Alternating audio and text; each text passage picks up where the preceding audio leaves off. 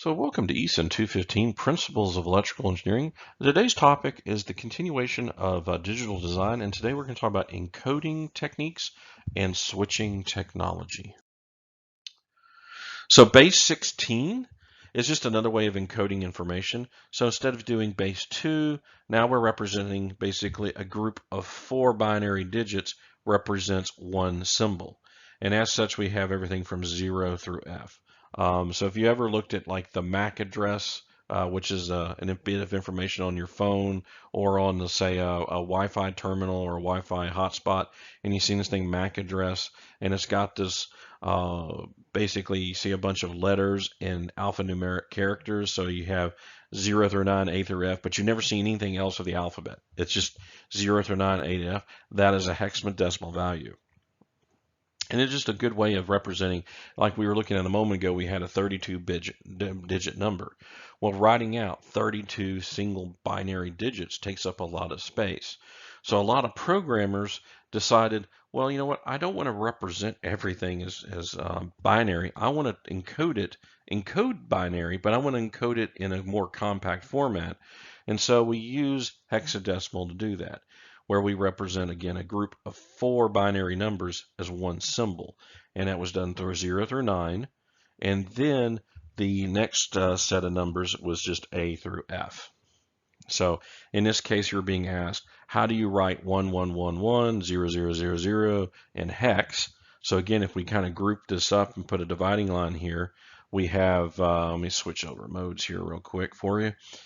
So if we group this into groups of 4, which is how you do this, so we have just basically a dividing line right here, we end up with zeros. So we have this, and then we have all ones, which is this. So this here would be your F, and this would be your 0.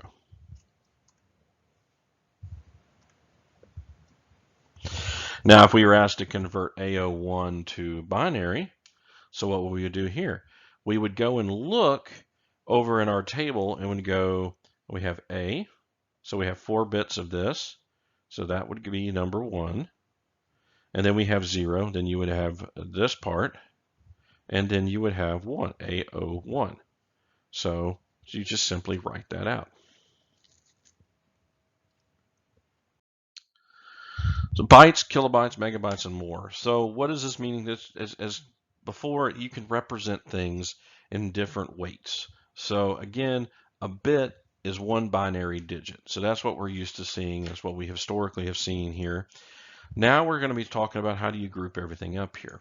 So a nibble, which is what we're just actually looking at with a hexadecimal, is 4 bits.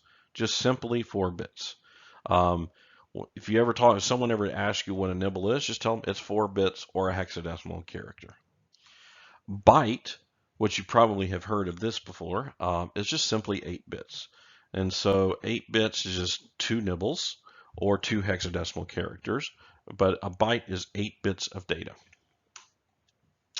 So common metric prefixes, if you've been doing engineering for a while and scientific stuff, you know the metric prefixes: kilo, mega, giga, etc., tera, kilobyte.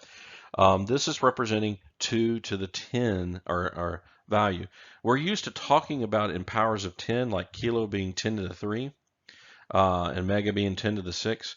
This kind of flips on its head a little bit in binary, because it's actually going to, I'll show you in a second, it actually means 2 to the 10.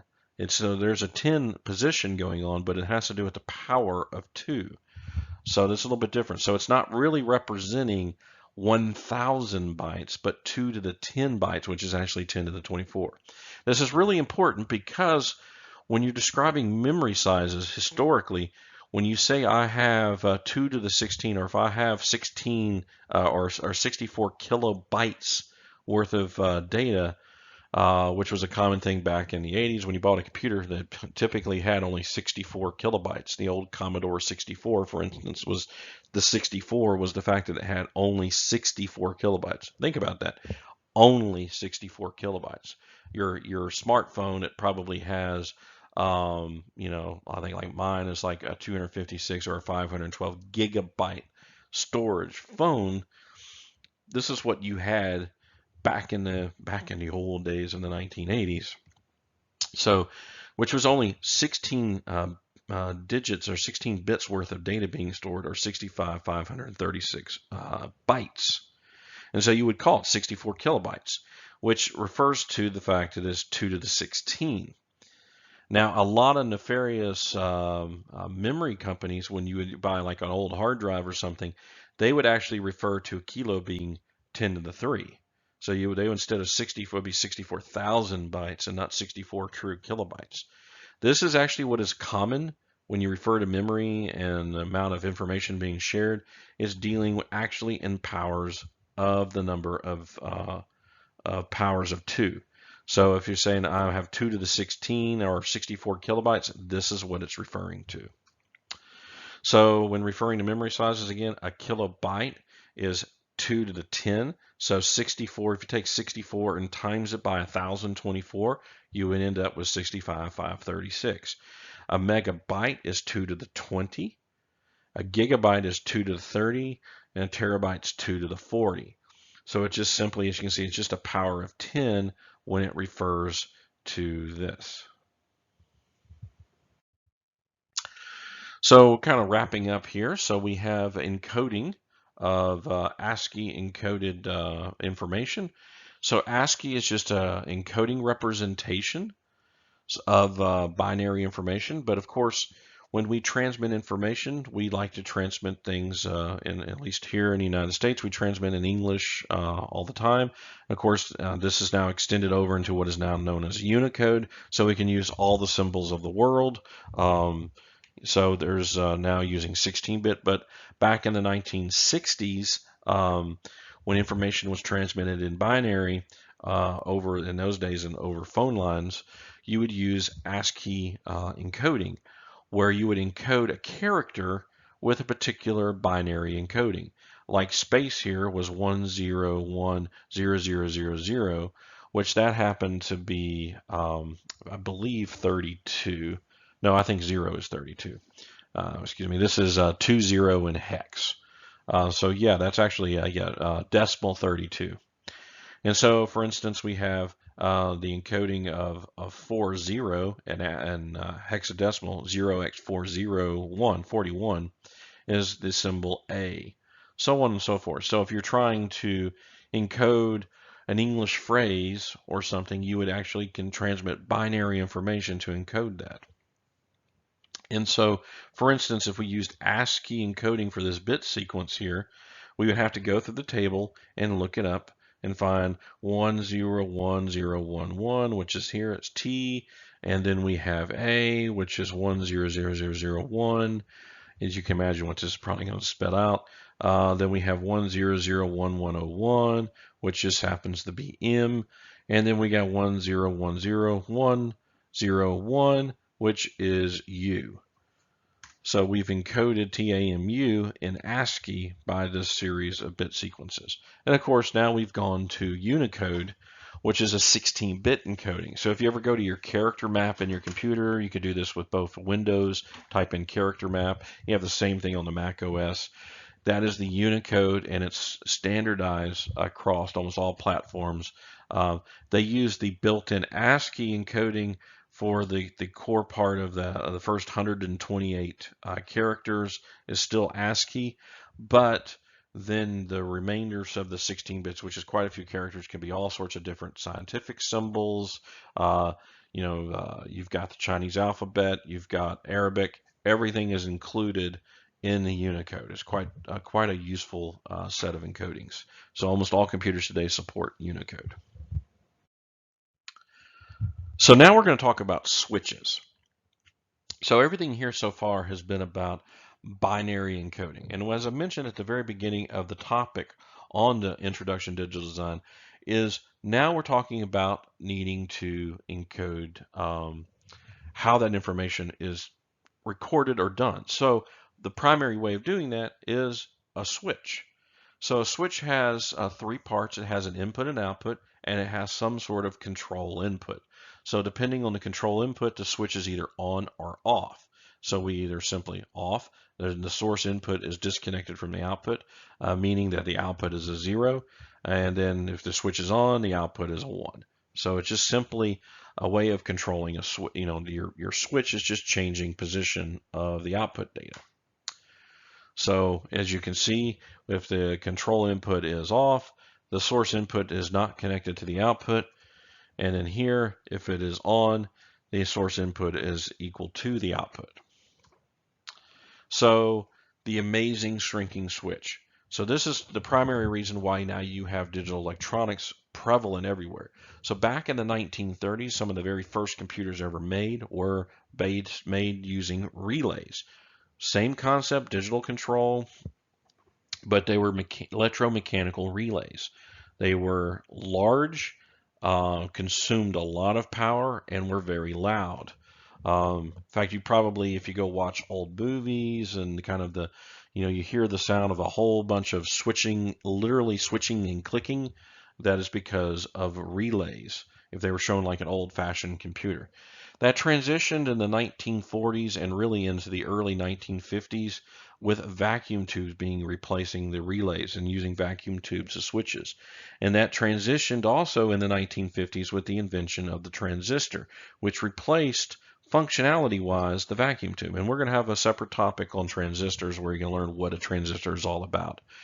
Then in the 1960s, we transitioned from having a single transistor to having many transistors and other devices on an integrated circuit. And we kind of talked about this in the op-amp lecture. So initially it was just a few transistors on an IC. Now we have literally billions of transistors on an IC on a single silicon dial. So it's just amazing how much we have shrunk this thing from something that was about the size of your fist to now that's something that is smaller than your fingernail, going from only one switch to now billions of switches. So all that information is now, being slowly compacted. Now the nice thing about digital design is the information now we're able to shrink all this stuff. The information itself has just been able to exponentially increase, and because we're now in digital, and so noise is not as much of a concern because it's truly the information is the 1 or the 0, and as long as you're maintaining those thresholds that we talked about in the introduction section, then clearly this makes this the amount of information and the density much larger. So here just kind of showing you the size comparison of a relay. Again, this is something about the size of a closed fist. Vacuum tube about the same thing. Transistors now are really tiny now, but back in the late 50s and early 60s, they were about the size of a dime or so. And of course, this here is actually an old picture of an IC. You can actually, nowadays these things are the actual chip is extremely small, and just kind of using a quarter here to compare the different sizes. So the Manchester University Mark I computer was the first stored program computer back in June of 1948. Was primarily built from vacuum tubes from World War II. Memory used a phosphor-coated CRT screen, which only held 640 bytes worth of information. So the longest time it ever ran was 9 hours. When I usually teach basically computer architecture, I usually bring this up as well, and actually have a slide of it usually typically. You've heard the phrase bug in a computer, or in a computer program, like I have to debug my program. Well, that actually is because back in those days, you would literally get moths in the computer. And so there is actually where that phrase came from is that research scientists, a lady research scientist actually had to work on and had to debug her computer program because it literally had a bug, and actually the bug was actually taped into the lab notebook of all things. So truly that's where the phrase came from, is debugging the problem or program, and it was literally debugging it. So here we have a picture of the first transistor. It was invented in the late 1940s. Again, Shockley, who is responsible again for the equation we had in diodes. They awarded the Nobel Prize in Physics in 1956. So you can see this transistor is kind of ugly. It was not the kind we use today in digital electronics, but this got rid of the need for vacuum tubes. And again, we're going to be going over transistors in an upcoming topic lecture. Integrated circuits were first done in 1958 with a team invented by Jack Kilby and his team at Texas Instruments. He became a distinguished professor in electrical engineering here at Texas A&M from 1978 to 1984, and he was awarded a Nobel Prize in Physics in 2000. So in summary for this topic, we looked at different encoding techniques of the binary information that we were introduced in the previous topic. So instead of just looking at a binary bit, we were looking at grouping up the bits in like for instance with hexadecimal encoding, we were looking at grouping it into a nibble or 4 bits and representing that with values from 0 through F, so 0 through 9, and then A through F, representing everything from 0, 0, 0, 0, and binary all the way to 1, 1, 1, 1. So there were 16 possible representations there. Then, of course, we looked at ASCII encoding, which was a common character encoding technique started in the 1960s. And, of course, it grew into the Unicode encoding set that we have today. So representing all of the symbols of the world and all the different languages that can be used and shared between all sorts of different computer platforms. And then we have switching technology in general, which includes things like transistors, vacuum tubes, relays, etc. And eventually that led into the integrated circuits that we have today. Thank you.